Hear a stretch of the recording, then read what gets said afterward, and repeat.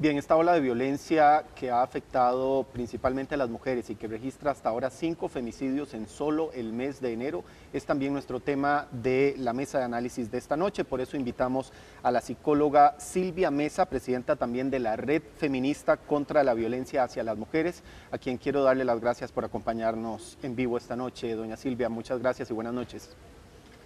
Buenas noches, muchas gracias a usted, Alejandro. Doña Silvia, ¿qué factores están determinando este alarmante incremento en el número de femicidios y de violencia en general contra la mujer? Porque no solo hemos visto un incremento en la cantidad, sino también en la frecuencia y también en la violencia y el ensañamiento contra las mujeres. Yo creo que en este caso tenemos que referirnos a varias cosas. La violencia contra las mujeres es un problema estructural, es un problema de una sociedad donde los hombres tienen más poder que las mujeres. Pero ¿qué pasa? Que si bien siempre ha habido femicidios, el año pasado registramos, por ejemplo, 26 femicidios que ya están clasificados, quedan algunas muertes violentas de mujeres sin clasificar. Pero este año tener en el mes de enero, al 27 de enero, no ha terminado el mes, 5 femicidios, es algo que nos tiene impactadas. Y creo que esto obedece a varias cosas. Una de ellas es la existencia de un importante aumento de la violencia en el país en todas sus manifestaciones, y cuando hay más violencia, las mujeres, que somos quienes tenemos menos poder, salimos muy afectadas. Pero también de tener figuras de autoridad menospreciando a las mujeres, siempre hablando mal de las mujeres, y eso lleva a que se ejerza lo que llamamos violencia simbólica, que es esa que no notamos, esa que vivimos las mujeres todos los días y de la cual nadie se da cuenta. Entonces creo que ese es un primer factor que ha sido una constante en los últimos casi 3 años. El segundo factor que yo quisiera hablar es que si bien el país cuenta con una política nacional para la atención y la prevención de la violencia, una política que se formuló en el año 2017 y que tendría que ir hasta el 2032, esta administración no la ha debilitado y se ha estado promoviendo otro tipo de iniciativas que no han solucionado la violencia contra las mujeres, a la par que se han debilitado las acciones de prevención. Recién la ministra de la Condición de la Mujer decía que la prevención no sirve. Este país necesita hacer un cambio cultural. Un cambio cultural no se hace ni en 1, ni en 2, ni en 10 años. Un cambio cultural se calcula que lleva más o menos 3 generaciones. Pero si dejamos de trabajar en ese cambio cultural, entonces la violencia va a seguir aumentando. Y si, por ejemplo, paramos las becas para la educación, entonces los chicos y las chicas van a salir del sistema educativo, y eso implica también un riesgo para ambos, ¿verdad? Para las chicas, de no tener proyectos propios y de estar sometidas a situaciones de violencia, y para los chicos de ser cooptados por el crimen organizado.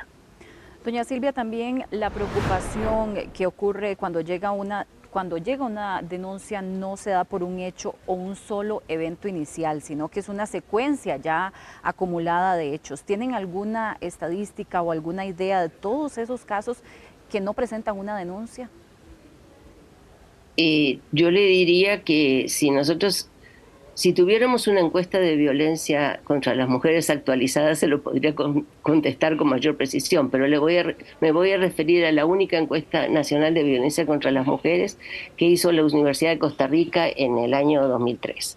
En esa encuesta encontramos que el 59% de las mujeres, es decir, 6 de cada 10, habían experimentado por lo menos una situación de violencia a lo largo de su vida.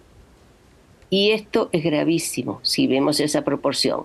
Al Poder Judicial llegan unas 60.000 solicitudes más o menos de medidas de protección de la ley contra la violencia doméstica anualmente.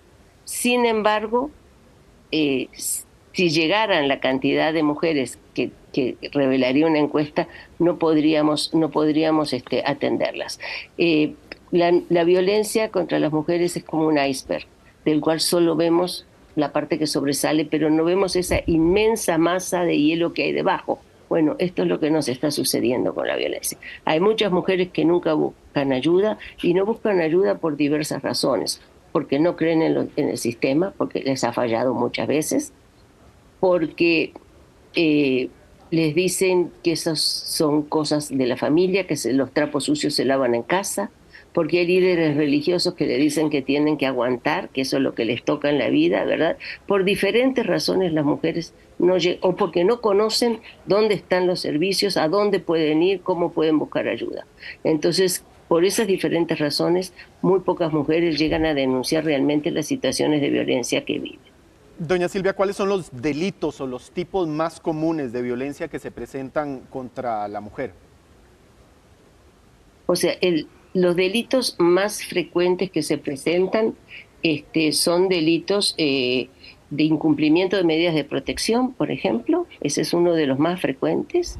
Es un delito que cuando la persona tiene medidas de protección de la ley contra la violencia doméstica y las incumple, entonces allí tendríamos que, ahí se cumple, eso es un delito, ¿verdad? O sea, al señor le ordenaron que no se podía acercar a la mujer y se presenta en la casa de la mujer, la policía debería prenderlo y presentarlo a la justicia, porque ese señor está desobedeciendo una orden judicial. Ese es prácticamente el más importante. Y después están los delitos que nosotros llamamos violencia emocional, ¿verdad?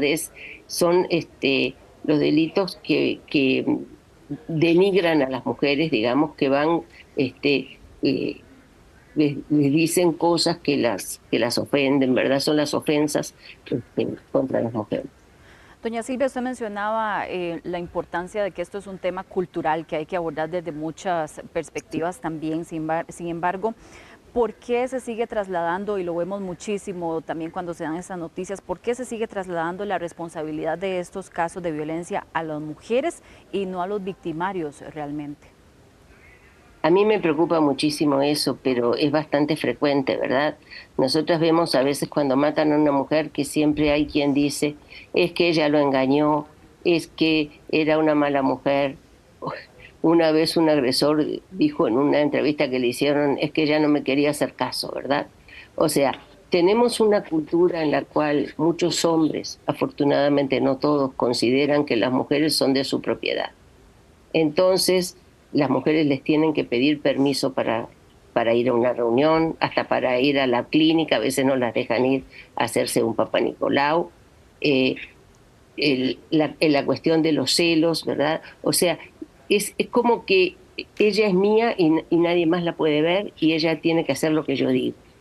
Y si nosotros no empezamos a cambiar esa mentalidad de los hombres, o sea, si no empezamos desde los niños a enseñarles que tienen que respetar a sus compañeras, que las chicas tienen los mismos derechos que ellos, entonces esto no va a parar. Por eso el énfasis en la prevención es tan importante, por eso es tan importante trabajar en masculinidades diferentes. Estamos reproduciendo masculinidades tóxicas, donde los hombres creen que golpear a una mujer los hace más hombres.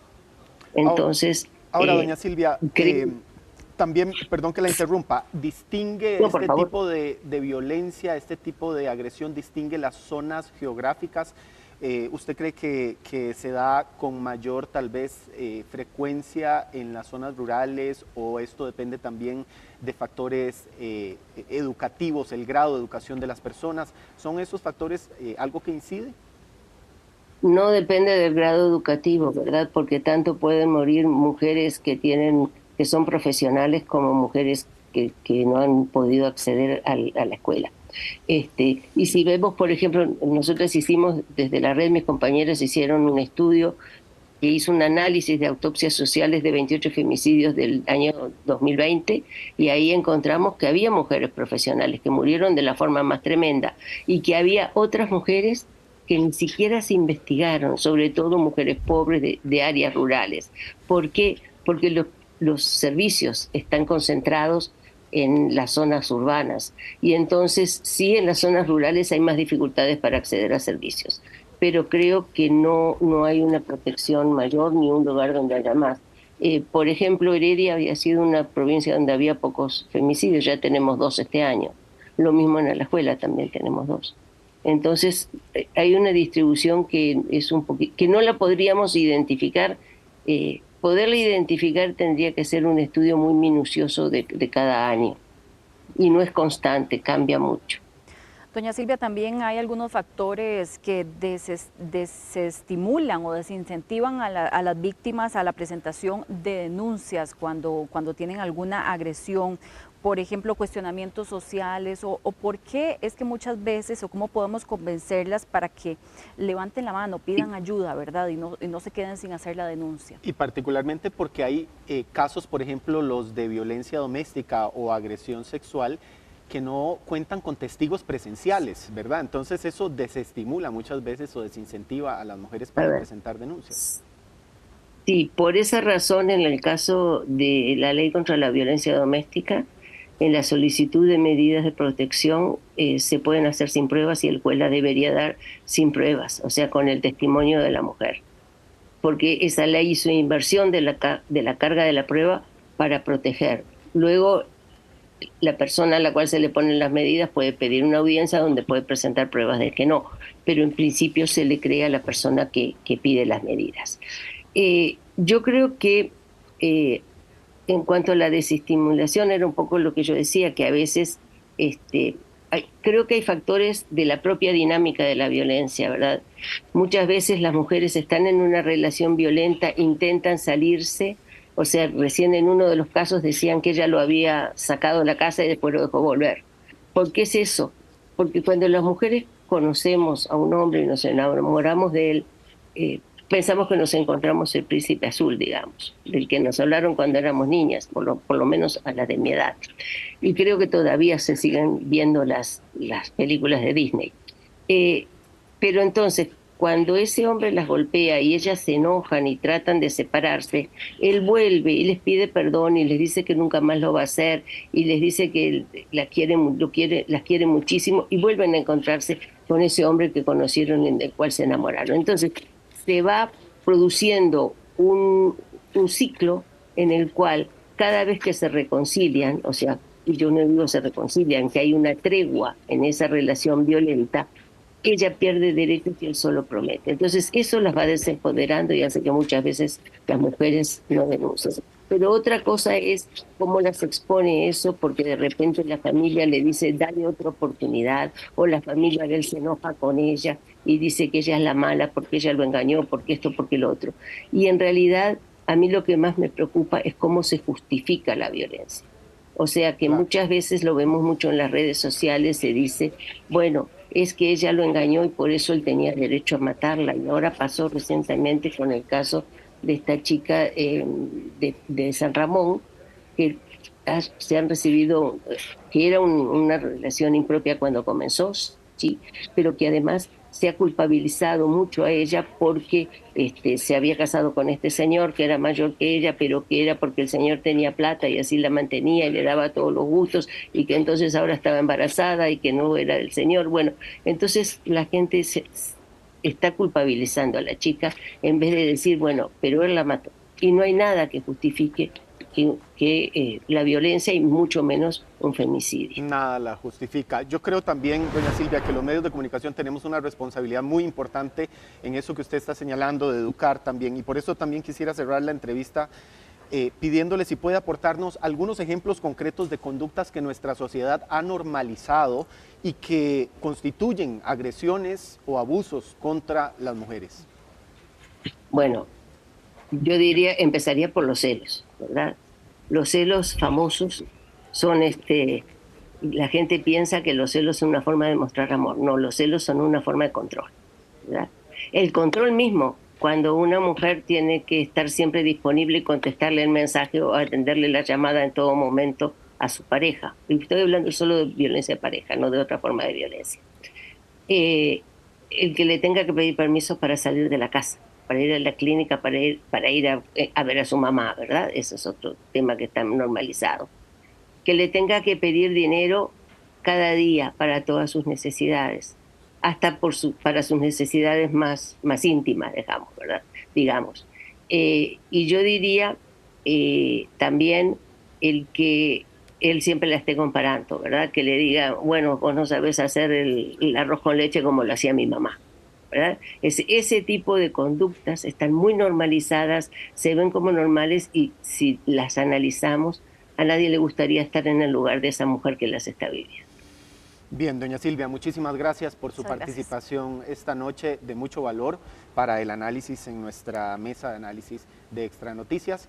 Estaremos dando seguimiento a estos temas y también estaremos consultándole con más frecuencia también para seguir construyendo esa labor de educación que nos corresponde también a nosotros los medios de comunicación. Era Silvia Mesa, psicóloga y presidenta también de la Red Feminista contra la Violencia hacia las Mujeres. Muy buenas noches y gracias.